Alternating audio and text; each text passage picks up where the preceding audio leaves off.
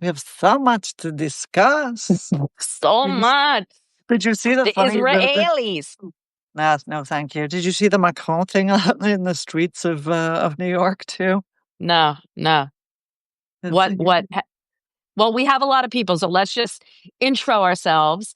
Hi, everybody. Elise Labott of Cosmopolitics and Dany Pletka of What the Hell is Going On? I know you guys ask yourself that question every day. We Every ask minute of every ourselves this day. question every minute of every day. Thanks for joining us. I know some friends from the Jim Acosta show are coming over. So Dany and I usually do this on Thursday, Hot Takes Happy Hour, but given everything that's going on at the United Nations, we thought, why not do a special UNGA edition? Oh, unga. Yeah, Unga. it gets less and less consequential every year, actually. I think I remember, and I'm sure you do too, when it really was sort of a big deal that everybody hung on everybody's words that we had whatever it was. I watched Trump on C-SPAN, but that all of Keep the talking. I leaders. just need to turn the Wi-Fi up. You Keep talking. how does one turn the Wi-Fi up? Do let me Well, know. I guess I need to turn it on. Oh yes, I know I'm exactly at what the problem Costa. is. I'm at Costa, whatever Yeah, you call it. that.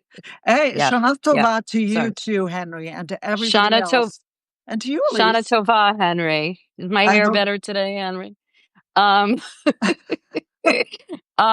Shana Tova to all those celebrating. I just want to say something that's really bothered me over the years, and I know you're going to have something to say about it. How can you have the UN General Assembly every year during the middle of the holiest days of the Jewish calendar? Well, you know what the answer to that question is, don't you? I do. I think it's really unfortunate. And it's made for me, this is like my 30th UNGA. And a lot of times I'm going to synagogue in the morning or going to, when I was at CNN, like I really didn't have a choice. Unless I would take off, which I did sometimes, I was celebrating, but also working. And, I don't do it on Yom Kippur, which is the holiest day of the year. But it's unfortunate that that's just another, thing that Israel can cite as, the UN not, being doesn't really consider Israel as a Or fully Jews, fledged member or Jews. or Judaism is a religion worth honoring. Because you can be sure if it was on Eid al-Adha or Eid al-Fitr or during Ramadan, they would bend over backwards. But They no. do they do close during the Muslim holidays, and certainly, the rest of the world closes during the Christian holidays. Although Trump did say today that Christianity is under threat. Well, all I can say is at the United Nations, Judaism is under threat. Honestly, I have to tell you, I don't think I ever believed that the United Nations was the bastion of anti-Semitism that it is, and that the Secretary General and the Secretariat overall were as anti-Semitic as they are. Because for them, it's not simply about Israel, and it's not simply about the different standard that they hold Israel to. I don't think I've ever heard the Secretary General mention the Uyghurs. have you? No, Have you ever heard the Secretary General mention the famine in Sudan? I have. Really? I haven't. But send me that. Send me that link. Okay, And I will. but listen, L- that's the problem. So anyway, let's talk about Trump. You were talking, I'm sure, about Trump on Jim Acosta. This is going to be a Yeah, slightly different slightly perspective. different. I mean, listen, I think, what I was saying before, and maybe I can be considered naive, and I said this to you earlier, and you said, well, this would all be great if President took things seriously. I always start this, UN General Assembly or any kind of big world gathering with President Trump, hoping he's going to rise to the occasion. This is a, opportunity to lay out a U.S. vision. And again, it was like, as you said, I said Gaddafi, you said Castro. You're probably more accurate, but a Castro-like stream of consciousness, salad bar wouldn't even be able to Word um salad bar. word salad bar. I'd love someone to send me a GIF or a graphic of that. But Um, I, I don't. There wasn't, and you wrote. I encourage everybody to look at. Maybe we could send it afterwards in the show notes. A good piece on that the UN could use a Trump-like reckoning. And I said to you that would be great because the United Nations, as we know, needs a lot of reform. And we've been talking about this for years. In his first term, I think Nikki Haley did a fairly good job working with nations behind the scenes. She was very tough on the rhetoric in front of the cameras, but behind the scenes, she was credited for working with nations on budgeting, on, working groups, on all of it. And I traveled with her, and I thought she did a pretty good job as UN So, ambassador. But so this but this was not a reckoning, Danny. This was like a rant, and not a good Danny-like rant, just a rant that just didn't go anywhere or prescribe anything. I'm glad that you're distinguishing between the quality of ranting. Your ranting Um, is the best. Thank you. I often believe that myself, Yep, obviously. So first of all, Mike Waltz finally got confirmed yep, last week yep. after languishing for months, and I think that's really important. I do look. The reality is that even serious presidential addresses before the United Nations are really about showmanship. The job is the UN ambassador. And the UN ambassador needs to work with other countries behind the scenes. And Mike Waltz is a Green Beret. Mike Waltz is a former member of Congress. Mike Waltz served in Afghanistan. He knows how to do this. He's And he smart. can kinda hang out there quietly and get shit done, right? Well, Like, I hope so. But so the fact that the president didn't lay out what he was going to do, I think, is let's call it unfortunate. But you know what, Elise, your hope that Donald Trump is somehow going to turn into a different person at the age of 79 in his second term has no basis in reality. yeah, He's not going to become a different person, and okay. I mean, like him, okay. hate him, I don't care. No, But I don't. let's Yeah, talk. But let's talk a little bit about the address. So my colleague Brett Schaefer, who works much more knowledgeably on the United Nations than I do, he and I together had a piece laying out what the president could say. But of course, that would have required that the president didn't get distracted by, squirrels. Honestly, yeah, yeah, the exactly. squirrels that dart left, right, and Or the center in his. teleprompter or the escalator or any of the numerous things that he saw on his way to the podium. Indeed. But that being said, few things were good, right? I liked, Iran is not going to get a nuclear weapon. Okay. I liked tough sounding on Russia, which we need to talk about afterwards, but Yep. let's sort of say tough talk on Russia. I agree with him entirely on the disgraceful question of Palestine. Speaking of what here is our Rosh Hashanah gift to you. We'll talk about that too in fuller detail too. Right. So, on foreign policy, he was a little bit less distracted, and then some weird biological weapons thing that honestly I was just like, huh? It was the other stuff where I understand that the president wants to withdraw the United States from the International Organization for Migration, is considering withdrawing the United States from the UNHCR, the High Commission on Refugees, is considering withdrawing the United States from the IPCC, the climate change organization, the unbelievably pernicious climate change organization within the United Nations, and a few others. Dude, okay, talk about that. Tell us why you want to withdraw. Tell us why this isn't worth the money to the And United what they would States. need to do for And you to tell us stay what in. you need to do to fix it. Right. Mm, Didn't mm. do that. And I guess that's going to be Mike Waltz's job. So what Brett and I wrote about was the things that he could have done and said. And bottom line, just for everybody, spoiler for those of you who don't subscribe to National Review, what we basically said is that the United States needs to have an a la carte relationship with the United Nations. And that means that we need to pay for and be involved in the things that really do have a specific remit, right? Where ICAO, the International Civil Aviation Organization. Right. It's boring. I get it.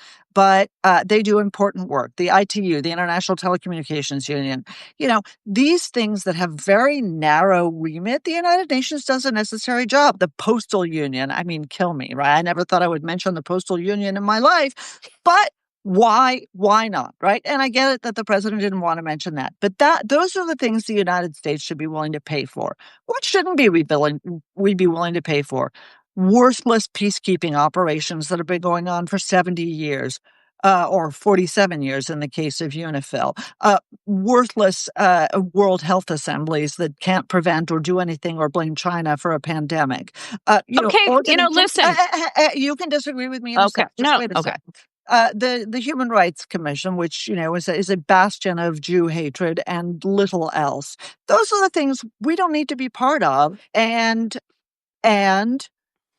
while I agree that it is important to have a reform agenda, and Brett and I have actually laid out reform agendas for a lot of these organizations, the reality is if you're going to withdraw, for Christ's sakes, say you're going to withdraw But and no, why. okay, but fine. Put the money towards programs somewhere else on those things, Elise, right? I don't mind our government spending less money, Okay.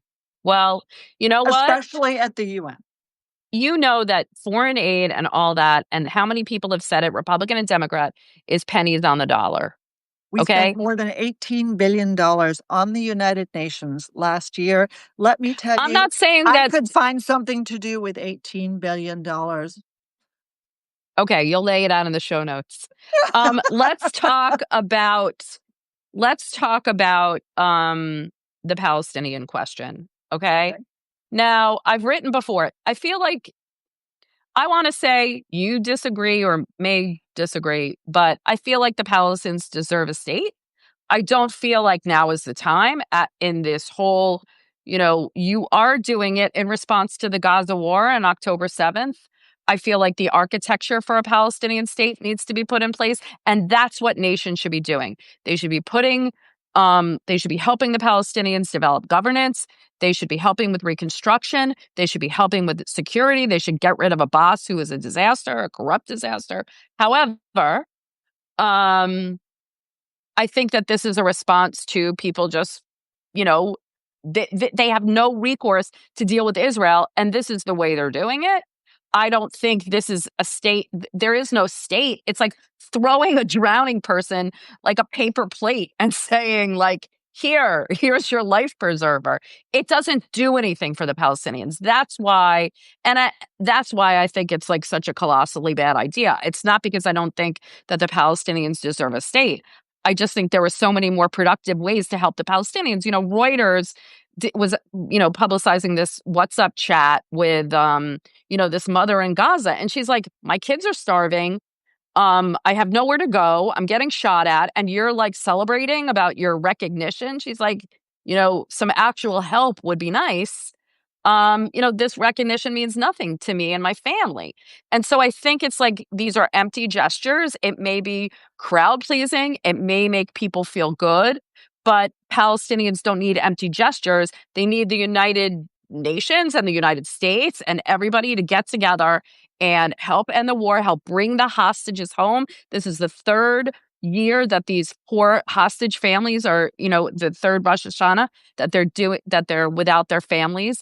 And I think the war needs to end. You're not going to disintegrate Hamas. The war needs to end. So I agree with That's an almost Elise everything style you said. rant.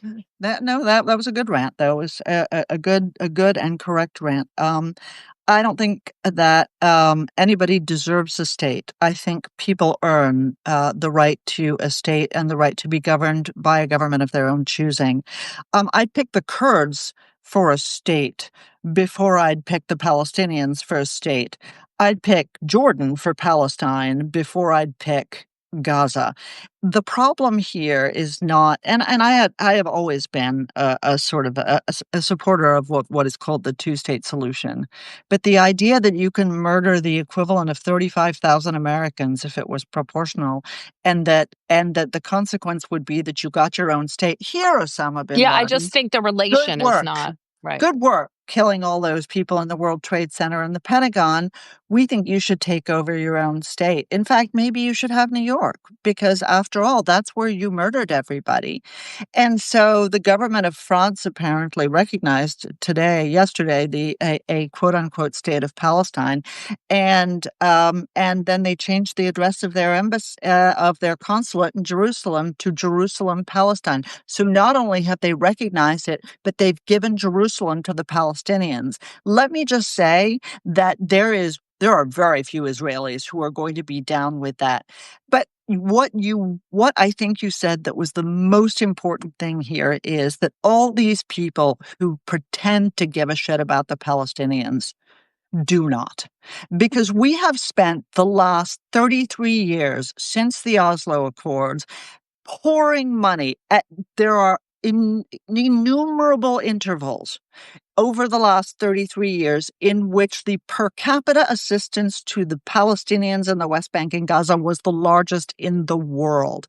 That money was all stolen by the leadership of Hamas, Arafat, Abu Mazen, all of their bagmen, and all of their cronies. And we have watched as the Palestinian economy has declined, not because of the evil Jews, but because the people who can work, the people who can do anything, the managerial class of the Palestinian people that existed for decades prior to that, decamped from these hellholes of terrorism and corruption. And left. That's right. That's part one. Part two, all of the last 33 years that we had the quartet, that we had the aid programs, that we had the special envoys, that we had all of the European Union crapping all over itself to help Palestine, what have they delivered to the Palestinian people? Terrorism, kleptocracy, death. Hamas on Monday shot to death 3 quote unquote collaborators on film in the street. I put it at the top of my Substack on the question of the state of Palestine on Monday. Have a look at it if you want to see Hi, Veronique. what the Veronique hell just is. joined. Hey, Veronique, uh, look at it on what the hell is going on, because nobody actually cares about those people. Not pathetic Anthony Albanese from Australia, not Macron, not the head of Islamic Jihad, Keir Starmer, and not pathetic Mark Carney in the country that has now become unwelcome to Jews as well, Canada. None of these people actually care about the Palestinians. And the analogy that I gave, and now I'm on my rant, is apartheid. This is exactly like that fight. Nobody gave a shit about South Africa as long as it wasn't whites in government. Did they care about the well-being of South Africa's Black people? Did they care about the well-being of South Africa's brown people? Did they care about the economy, the honesty of the government, the crime rate? Nothing, right? South Africa is one of the most dangerous places in Yeah, the and I mean, world, look, world today, but you don't hear a peep because no one cares, because this is nothing other than global virtue signaling with a really heavy taste of anti-Semitism, just, for the kids in the cheap seats. well, and I mean, the thing that, I just go back to the whole idea of governance, right? Like Salam Boring. Fayyad, yeah, but it's the truth, No, you no, know? it's too boring for. But Elise, why are you so serious? We don't care about governance. We want a state for the Palestinian people. Yeah, but I mean, look, you know, the Palestinians haven't been able to choose their government in 17 years, you know? And And the they did an fact that awesome job choosing and the when they were fact that able they're to. saying that because there's no alternative, the PA Palestinian Authority led by Abbas should be the Who's governing 90? authority, Who's 90? why don't you start developing, young Palestinians and start putting the building blocks? And that's what Salam Fayyad tried to do. But that was And then he ran for that was not, office. and he And didn't then, win. and what That percentage wasn't did he sec. get? I don't know, like half of a percent. This is not. 2.3. This is not sexy enough. And so the Palestinians, um, have a flag and have an anthem, but they're not going to have the architecture of a state until they have governance, and they're not going to have a state because Israel will, made clear that they're opposed to this. I think like what I've always tried to tell the Palestinians is like call the Israelis bluff. Like they say that they want to, negotiate with a peace partner, whatever. Show them that have what it takes, and call their bluff, and then you'll have. But But they don't anyway, want a state. They don't want a state. come They on, want to Dany, destroy. stop it. They want to destroy the Jewish state. That I is the think ultimate I aim of the think not every Palestinians. Palestinian wants to destroy the Jewish state, and I think there are plenty of But is Palestinians the that are. fact that there are enough that do and that they are in government important? No, I don't think there are any in government that don't want to, have peace with Israel. I don't think there are any good Palestinian officials in government right now. But I think that there are a lot of young Palestinians kind of that could rise to the level of a responsible government. But nobody wants to, our friend Ege Salamari worked on this. Like, there's just not enough. Um, yes, Mandy Patemkin is the most Jewish person I know, and he's against what Israel is doing. Look, I'm no sorry. one Do likes not what's. pick my best friends or some of my best friends are Jews and they're against Israel. Come on, Yeah. Well, that's what weak. all I'm saying is, there are plenty of Jews that don't like what Israel is doing, but there are plenty of Jews that didn't like what happened on October 7th. So I just think it's, you know, at the end of the day, this isn't going to, help the Palestinians. It's not going to bring home the hostages. And let's move on to Russia. So let's tell everybody, because I'm willing to bet that with all the news today, people weren't paying attention. Now, I have to go, I have to turn this off in order to be able to read it, but I think it's really worth reading. Can you still hear me, Is Elise? this the Yeah. Can Trump you? social? Yeah, Yeah. So, I can folks, hear you. listen. Listen. Listen to this. After getting to know and fully understand the Ukraine Russia military and economic situation, and after seeing the economic trouble it's causing Russia, I think Ukraine, with the support of the European Union, is in a position to fight and win, all caps, all of Ukraine back in its original form. With time, patience, and the financial support of Europe and in particular NATO, the original borders from where this war started is very much an option. Why not? Russia has been fighting aimlessly for 3.5 years, a war that should have taken a real military power less than a week to win. Real military power in caps. This is not distinguishing Russia. In fact, it is very much making them look like a paper tiger. When the people living in Moscow and all of the great cities, towns, and districts and all throughout Russia find out what is really going on with this war, the fact that it's almost impossible for them to get gasoline through the long lines that are being formed, and all the other things that are taking place in their war economy, where most of their money is being spent on fighting Ukraine, which has great spirit, all caps, and only getting better, Ukraine would be able to take back their country in its original form and, who knows, maybe even go further than that. Putin and Russia are in big economic trouble, and this is the time for Ukraine to act. In any event, I wish both countries well. We will continue to supply weapons to NATO for NATO to do with what they want with them. Good luck to all. I mean, I sent that to you, Elise. And what did I say? What What did did I you say? say? What'd I you say? said I love it if he doesn't change his mind tomorrow. That's exactly right. But that was Donald Trump on Truth Social. I mean, I agree. And I was like, where did this come from? I think all of us are asking, where did this come from? He met with Zelensky, and all I can see is he has made a 180. Now, you're exactly right. The problem with Donald Trump isn't that he'll make a 180 again. It's that he'll keep changing the conditions, right? Oh, I'll do it when you do it. Oh, I'll Yeah. do it when Yeah. you do it better. Hi, David. And so, one of the things that I completely agree about is it's very hard to get support for from a country that keeps changing its mind about how it wants to support And you. if he says to NATO, okay, shoot down, Russian drones or whatever, the NATO countries are thinking, okay, now he said to shoot down the drone. Is he going to support me tomorrow after I shoot down the drone? Or is he going to be siding with Russia that I attacked Russia? And so, we're just not a reliable ally No, at this point no, I on agree. Russia. And I I mean, agree that look, we're not.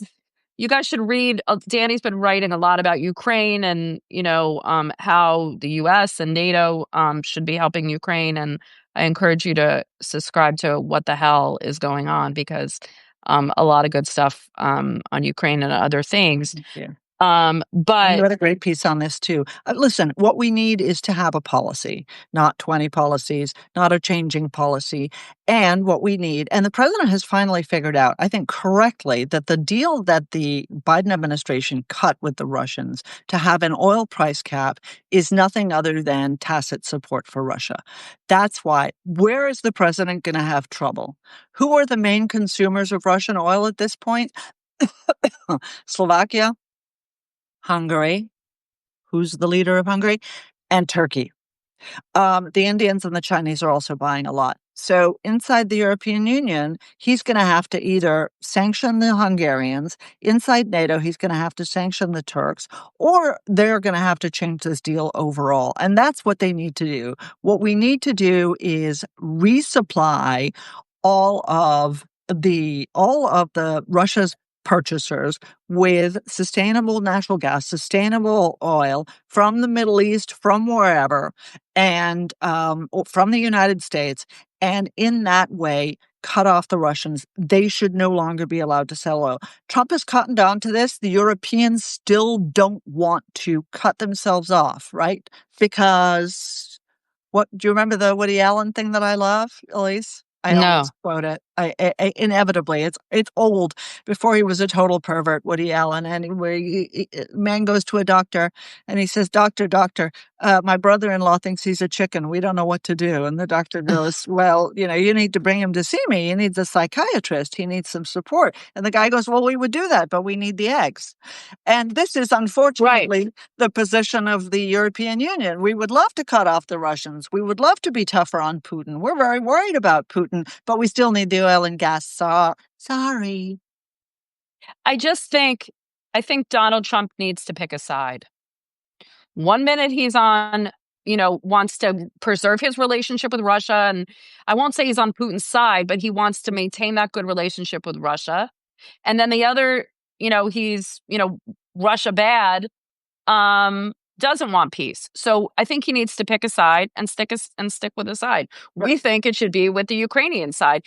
He met with Zelensky today. Have you kind of heard anything about how I that think they meeting had a went? good I haven't heard too much backstory, but I think they had a good meeting. I I mean, think we've talked about this before. I he think likes he likes Zelensky. begrudgingly likes Zelensky. You know what I mean? It's not grudging at all. He really liked Zelensky, and unfortunately, they had that Oval Office debacle, which we don't need to rehash.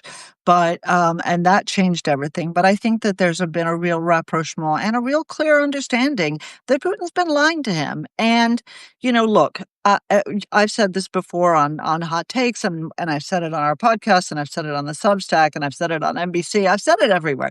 Donald Trump likes to go into a meeting being nice to both sides. That's his businessman approach. I'm fine with that as long as you're not lying to yourself. I don't mind that you're lying to Vladimir Putin. You seem like a great guy.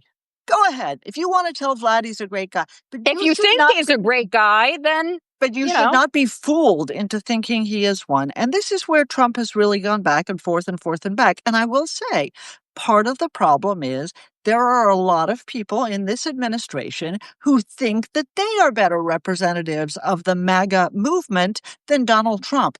Bridge Colby at the Department of Defense thinks he is a better spokesman for the isolationist, retrenched right. Right? Pete Hegseth thinks he's a better decision maker on national security issues than Donald Trump. And that's not correct. The president gets to be the president for good, as we know, and for ill. And those people need to be dealt with inside the administration because they are the source of Donald Trump's problems at this point. When he goes back and forth and forth and back, part of that is that he has a very, very divided staff that is not loyal to him. that's. I mean, that's a good point. But why does he hold on to these? Why is he holding on to Hegseth? Why is he holding on to RFK? Why is he holding on to people that are undermining, what he says he wants? And to be Elise, quite honest, if I I knew don't. the answer to that, I wouldn't be here on Hot Takes Happy Hour with you. I would be the Oracle of Delphi. I don't. I honestly don't think half these things like he has certain things that are important to him. The rest, I think, they're these like vultures are kind of circling around trying to get their crazy policies through.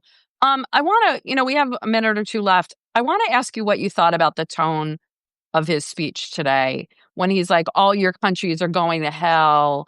And, I mean, I understand this is, like, Trumpian rhetoric, but, it just it was I didn't like it.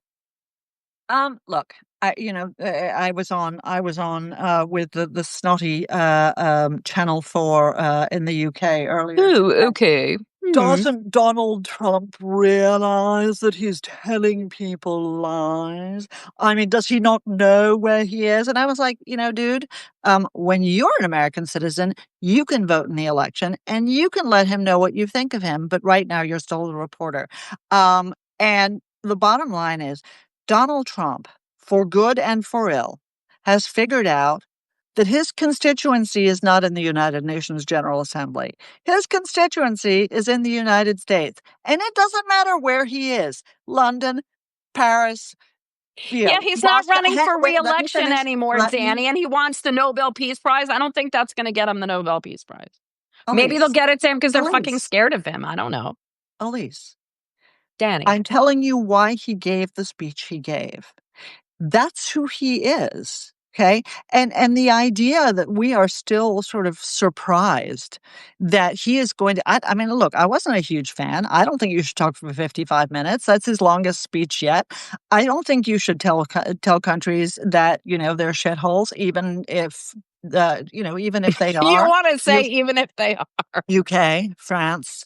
Right. I don't think you should do that. I'm not the president, so I can say it. But I don't think you should do it. But I also am not. I'm not a Trump person. Okay, this guy has gone from the presidency to the presidency, and he likes to speak to America, and he's going to speak to America wherever he is. And, we can all disagree. We can all say this is a missed opportunity. We can all say that he should have done it this way. And we will all be right insofar as we are, as what I called myself on Channel 4, bougie think tank woman from Washington, right? But that's who we are. He gets to decide who he is. He lives with the consequences. That's the way it is. I would have liked a better speech. I would have liked a more serious speech. He didn't ask me. There you have it, folks. And I'm betting he didn't ask you either, baby. Yeah. Oh, yeah, he did. He didn't listen. He called. If he only he listens. If only Elise, he listens. sweetheart, I love your hair today, he said. You look so good. Anyway, thanks everybody Thanks for joining everyone for us. watching. Usually We'll we're send out together. the Thursdays at 5:30, where we talk about a plenty of issues. We will be back on Thursday. Thanks everyone for joining us. And if you haven't already, subscribe to Cosmopolitics and What the Hell is Going On Substack. We're gonna be checking up on you. Thanks, All right. everybody. Bye, Thanks Elise. everyone. Bye. Bye.